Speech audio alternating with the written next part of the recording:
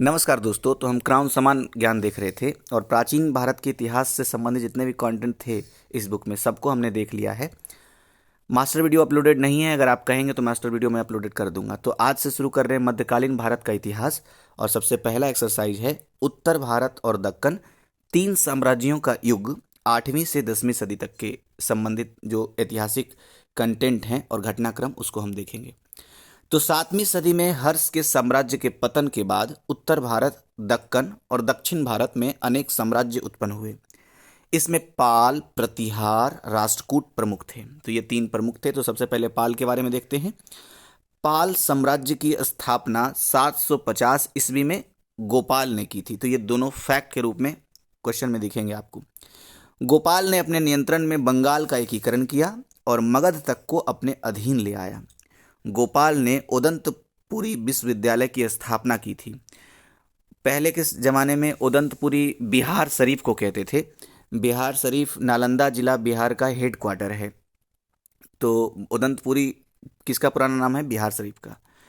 अब दूसरा नाम आता है धर्मपाल का। 770 ईस्वी से 810 ईस्वी तक इनका शासनकाल रहा है, यानी कुल मिला के 40 वर्ष तक। इनके शासनकाल में कन्नौज पर नियंत्रण के लिए पाल, प्रतिहार एवं राष्ट्रकूटों में त्रिपक्षीय संघर्ष हुआ। तो त्रिपक्षीय संघर्ष हुआ है कन्नौज पर नियंत्रण को लेकर के धर्मपाल के शासनकाल में। हालांकि धर्मपाल ही विजय हुए थे और किनके किनके बीच हुआ था? पाल, प्रतिहार और राष्ट्रकूटों के बीच में। अब इनके बाद नाम आता है देवपाल का। देवपाल ने अपना नियंत्रण प्राग, ज्योतिषपुर और उड़ीसा के कुछ भागों पर स्थापित किया।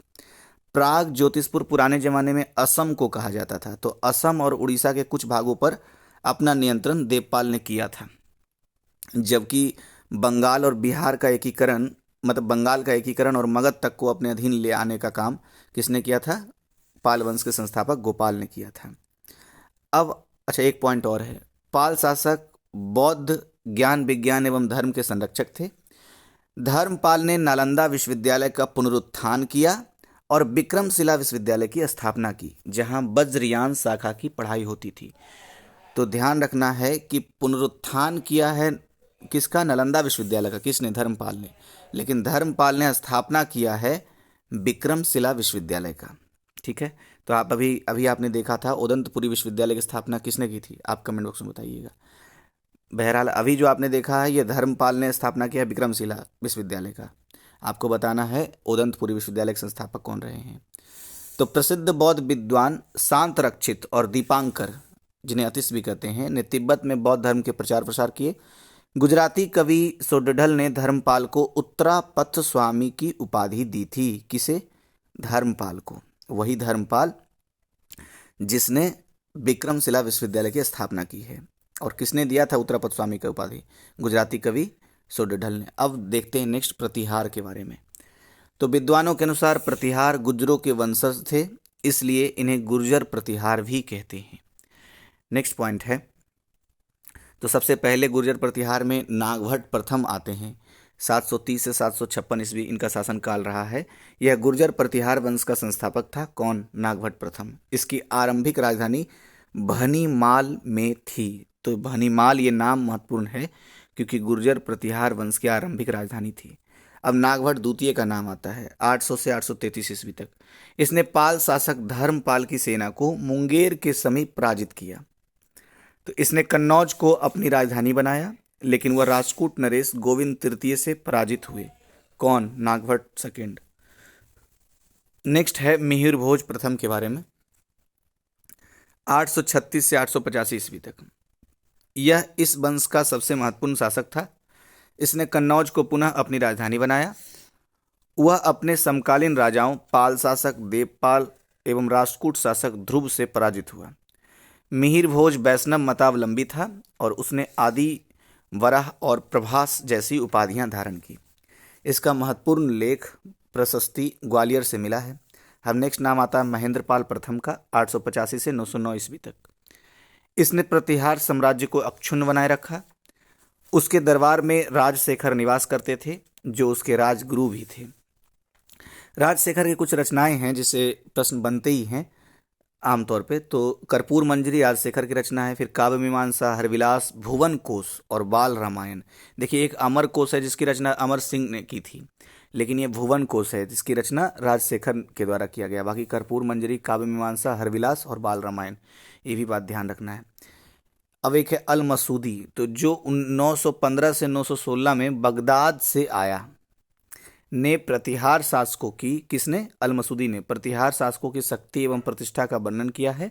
वह प्रतिहार राज्य को अल जुज्र कहता था। कौन? अल मसूदी कहता था। अब तीसरा है राष्ट्रकूट के बारे में। राष्ट्रकूट वंश का संस्थापक दंती दुर्ग था, जिसने सोलापुर के पास मान्यखेत या मलखेड़ को अपनी राजधानी बनाया। ध्रुव इस वंश का एक महान शासक था, जिसने कन्नौज पर अधिकार करने के लिए त्रिपक्षीय संघर्ष में हिस्सा लिया था। वो त्रिपक्षीय संघर्ष वही कन्नौज वाला, वो ध्यान रखना है। अब है यहाँ पर अमोघ वर्ष। अमोघ वर्ष एक अन्य प्रसिद्ध शासक था, जिसने 64 वर्ष तक राज किया। वह जैन मतावलंबी तथा कौन जैन मतावलंबी था? ये अमोघ वर्ष था। उसने कविराज मार्ग नामक कन्नड़ ग्रंथ की रचना की है। तो कविराज मार्ग नामक कन्नड़ ग्रंथ की रचना किसने की? अच्छा, कन्नड़ भाषा में ये भी ध्यान रखना है, कविराज मार्ग, और इसकी रचना अमोघ वर्ष ने की थी। इंद्र तृतीय एवं बल्लभराज अन्य प्रसिद्ध शासक थे। कृष्ण तृतीय अंतिम प्रतिभाशाली शासक, अच्छा पॉइंट आगे है, तो कृष्ण तृतीय अंतिम प्रतिभाशाली शासक था, जो मालवा के परमारो और बेंगी के पूर्वी चालुक्यों के साथ युद्धरत रहा। इसने चोल राजा परंटक फर्स्ट को 949 ईस्वी में पराजित किया। लास्ट पॉइंट है, राष्ट्रकूट राजा कृष्ण फर्स्ट ने एलोरा में कैलाश मंदिर बनवाया था। कौन? राष्ट्रकूट राजा कृष्ण फर्स्ट ने। तो एलोरा में कैलाश मंदिर का निर्माण किसने किया था? कृष्ण फर्स्ट ने किया था। अब 2.2 एक्सरसाइज है, तो अभी वीडियो तो बहुत छोटा बना है, तो देख ही लेते हैं इसको भी। चोल साम्राज्य के बारे में 9वीं से लेकर 12वीं सदी तक की बातें हैं। तो सबसे पहला पॉइंट है कि चोल साम्राज्य का संस्थापक विजयालय था, और इसका शासनकाल रहा है 850 से 871 ईस्वी तक। जो पहले पल्लवों का सामंत था, उसने 850 ईस्वी में तंजावुर पर कब्जा किया और उसने उसे अपनी राजधानी बनाया। यहाँ उसने निशुंभ सुदीवी देवी का मंदिर बनवाया था। फिर से मैं बोलता हूँ, यहाँ उसने निशुंभ सुदीवी देवी का मंदिर बनवाया। विजयालय ने नरकेसरी की उपाधि धारण की थी। अब इसमें सबसे पहला नाम आता है आदित्य प्रथम का, 871 से 907 ईस्वी तक। तो 871 ईस्वी में विजयालय के पुत्र आदित्य फर्स्ट ने चोल राजगद्दी संभाली। उसने चोल साम्राज्य को पल्लवों से मुक्त करवाया। उसने कावेरी नदी के तट पर एक शिव मंदिर का निर्माण करवाया था। अब आगे देखते हैं परांतक प्रथम, जो 907 से 955 ईस्वी तक इनका शासनकाल रहा है। तो ये आदित्य फर्स्ट का पुत्र था। इसने पांड्य शासक राज सिंह द्वितीय को पराजित कर मदुरा को जीता था। इस उपलक्ष्य में उसने मधुरांतक एवं मधुराईकोंड की उपाधि धारण की थी। तो मधुरांतक एवं मधुराईकोंड की उपाधि धारण किसने की थी? तो परांतक प्रथम ने की थी। अब नेक्स्ट आता है नाम राजराज प्रथम का, 985 से 1014 ईस्वी तक। तो 985 ईस्वी में परांतक द्वितीय, जिसका नाम सुंदर चोल भी है, तो परांतक द्वितीय का पुत्र अरमोली वर्मन प्रथम, जिसका उपनाम था राजराज फर्स्ट, चोल शासक बना। तंजौर अभिलेख से उसके युद्ध अभियानों का वर्णन मिलता है। उसने केरल राज्य पर आक्रमण कर केरल के शासक भास्कर रवि वर्मन को पराजित किया। इस उपलक्ष्य में उसने कांडलूर सालेकलमरुत की उपाधि धारण की है। दूसरा पॉइंट है, अपनी नौसेना के उपयोग से उसने श्रीलंका की राजधानी अनुराधापुर पर आक्रमण कर वहां के नरेश महेंद्र पंचम को पराजित किया। उसने सिंहल राज, नेक्स्ट पॉइंट है, उसने सिंहल राज का नाम मामुंडी चोलमंडलम रखा और पोलोन्नरुवा को इसकी राजधानी बनाया तथा उसका नाम जगन्नाथ मंगलम रखा। वह शैव धर्मावलंबी था और उसने शिवपाद शेखर की उपाधि ग्रहण की थी। उसके द्वारा निर्मित तंजौर का राजराजेश्वर मंदिर, जिसका एक नाम से और जाना जाता है राजराजेश्वर मंदिर, बृहदेश्वर शिव मंदिर, द्रविड़ स्थापत्य कला का अद्वितीय उदाहरण है। मतलब इसके जैसा कोई और द्रविड़ स्थापत्य का उदाहरण नहीं है। किसके जैसा? बृहदेश्वर शिव मंदिर बोलिए या फिर राजराजेश्वर मंदिर बोलिए, दोनों एक ही नाम है। अब नाम आता है राजेंद्र प्रथम का, जिनका शासनकाल रहा है 1014 से 44 ईस्वी तक। तो राजेंद्र प्रथम अपने पिता राजराज फर्स्ट की भांति साम्राज्यवादी शासक था। उसने समस्त श्रीलंका को चोल साम्राज्य में मिला लिया। तो समस्त श्रीलंका को मिलाने वाला राजेंद्र प्रथम था। राजेंद्र प्रथम ने बंगाल के शासक महिपाल को पराजित किया।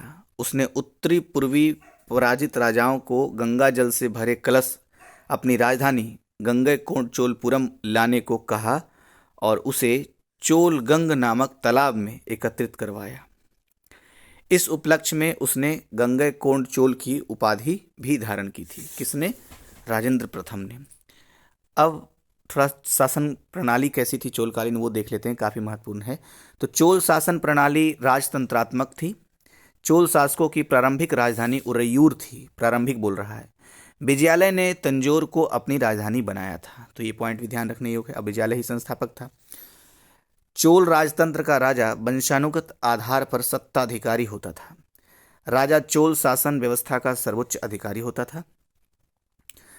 चोल शासकों की प्रशासनिक इकाई तो मंडलम मतलब प्रांत, कोट्टम यानी कमिश्नरी, नाडु यानी जिला और कुर्रम यानी ग्रामों का संघ। तो ये सारे है। मैं एक बार फिर से बोल देता हूँ।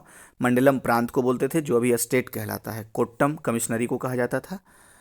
और नाडु जिला को, जो अभी डिस्ट्रिक्ट या जिला दोनों रूप में कहा जाता है। कुर्रम आज का जो ग्रामों का संघ होता है, उस समय कुर्रम कहलाता था चोल शासन में। चोल साम्राज्य 6 प्रांतों में बटा था, जिसे मंडलम कहा जाता था। मंडलम प्रशासन से लेकर ग्राम प्रशासन तक शासकीय कार्यों में सहायता हेतु स्थानीय सभाएं होती थी। अब यहाँ पर लिखा हुआ नाट्यम, तो नाट्यम नाडु की स्थानीय सभा थी। नागस्तार ये नगर की स्थानीय सभा थी। श्रेणी ये व्यवसायियों की सभा थी। पूग ये शिल्पियों की सभा थी। चोल काल का सर्वाधिक महत्वपूर्ण पहलू उनकी स्थानीय ग्रामीण स्वशासन व्यवस्था थी। ये बात सही है, जो अभी हम स्थानीय स्वशासन देख रहे हैं, उस समय इसके रूप दिखते थे स्थानीय ग्रामीण स्वशासन व्यवस्था के रूप में। चोल केंद्रीय पदाधिकारियों में उच्च पदाधिकारियों को पेशेंद्रम तथा निम्न कोटि के अधिकारियों को सेरुंतरम कहा जाता था। तो पेशेंद्रम और सेरुंतरम, तो सेरुंतरम जो होता थे वो निम्न कोटि के अधिकारी होते थे, और पेशेंद्रम जो होते थे ये उच्च कोटि के अधिकारी होते थे। अब यहाँ पर उर का मतलब कुछ बताया गया है। तो उर एक सामान्य प्रकार की ग्राम सभा थी, जिसमें ग्राम, पुर या नगर दोनों सम्मिलित थे। इसकी कार्यकारिणी समिति को आलुंगनम कहा जाता था। इसका प्रमुख कार्य था क्या? अपने प्रतिनिधियों से दस्तावेजों के मसौदे तैयार करवाकर उसे लिपिबद्ध करवाना। अब सभा क्या होती थी? तो यह मूल रूप से अग्रहारों तथा ब्राह्मण बस्तियों की संस्था थी। इसे पुरुगुरी कहा जाता था। इसके सदस्यों को पेरुमक्कल कहा जाता था। अब है नगरम, तो यह व्यवसायी समुदाय की सभा थी। नगरम क्या थी? व्यवसायी समुदाय की सभा। चोल काल में प्रमुख कर कैसे होते थे? तो एक होता था आयाम, मतलब आयम बोलते थे राजस्व को, और मरम जाड्डी बोलते थे उपयोगी वृक्ष कर को, कड़मय बोलते थे सुपारी की बागात पर कर को, और मनैयरे बोलते थे गृह कर को, मतलब घर पर कर। और जैसे इसको अभी हाउस टैक्स बोलते हैं ना, तो चोल काल में मनैयरे बोलते थे। कढ़ैयरे तो ये व्यापारिक प्रतिष्ठान पर जो कर होता था। कड़ीमय ये लगान को कहते थे।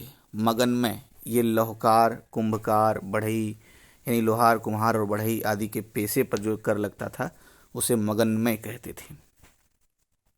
नेक्स्ट है राजस्व विभाग का प्रमुख अधिकारी वरितपोतगकक होता था। मैं फिर से पढ़ता हूँ।